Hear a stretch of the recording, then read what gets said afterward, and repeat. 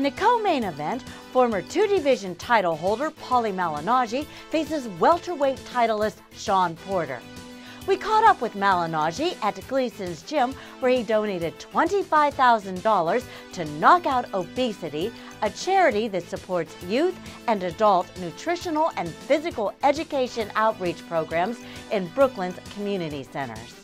With his former boxing world champion Paulie Malignaggi fighting for obesity, making changes. Tell us how you became involved with this charity. Well, I met Dimitri about a decade ago. Dimitri Verderoy. He's the owner. He's the guy, my friend who founded Knockout Obesity, and he's a guy that was overweight. He owned these health restaurants, and I used to go eat at his places to make weight for my own fights, and we became friendly. We had a mutual friend who became friendly, and he was telling me how he has this place, and it's a health place, and he was health conscious and whatnot, but he was overweight. So, he started telling me his story about the struggles in his life and about how he wound up in this situation. And just as we became friends, he just become something of an interest. It became something of an interest. What's the word I'm looking for? It just caught my attention about that.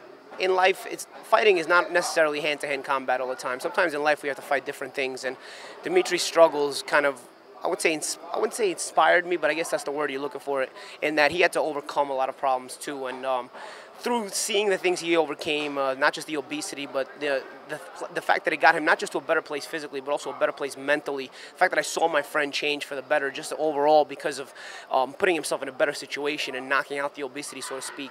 And he just started talking to me about how big the problem is, that I hadn't realized just how big the problem might be or could be or is nationally or even worldwide. And it started really opening my eyes to a lot of things. And so as you get older, you kind of, I guess you like to think you become smarter, but you started paying attention to things like that, and it certainly was a little bit inspiring to me as well. Why do you think obesity has become such a problem in the United States? I don't know. I think some of it is genetic, some of it is so much of food we eat nowadays, and also some of it is just mentally being lazy, and not wanting to combat it or just accepting it what it is, and that's it. I think Dimitri at first kind of fell into that rut himself, and then he just decided to stand up and say, you know what, I don't like the person I am. I don't like the person I've become. I don't like the way I look, and I'm going to make a change. And I think it was beneficial for him. He was surrounding himself as a big boxing fan. He was surrounding himself with all these athletes, and yet he wasn't doing this, treating his body the same way. And he's feeding us all this health stuff, and he's not doing the same things. So I think it made him want to make a change. And so I think we fed off each other in a way, because I think him being around guys like me made him want to push himself a little bit. It gave him even a love for boxing, to the point where he used boxing as his motivator to lose weight. And also somebody like me sees him, and again, like I said before, you start to realize that in life, fighting is not just hand-to-hand combat. Sometimes in life you have to fight different things, different scenarios, different problems. And seeing Dimitri overcome that, made me proud of him. And like I said, it inspired me in a different way as well.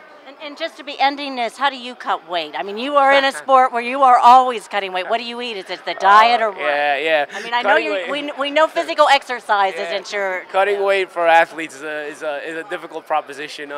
You're battling with the scale all the time, but in a different way.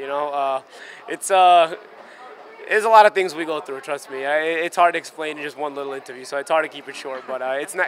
I'll put it like this: it's nothing I enjoy, that's for sure. It's not, and it's nothing that I will miss when I'm done fighting, that's for sure. Hey, thank you very much. Hey, just to end, you have a big fight coming up, Shawn Porter. Yeah. Tell us a little bit about. Yeah. Speaking of cutting weight. What did you? Oh, do you need to cut weight for this? Well, yeah, I'm in the middle of my weight cut now for the Shawn Porter fight. I'm fighting for a world title, and hopefully I can capture my third world title in the fight, and continue to try to write my legacy as best I can. What did you think about Devin Alexander?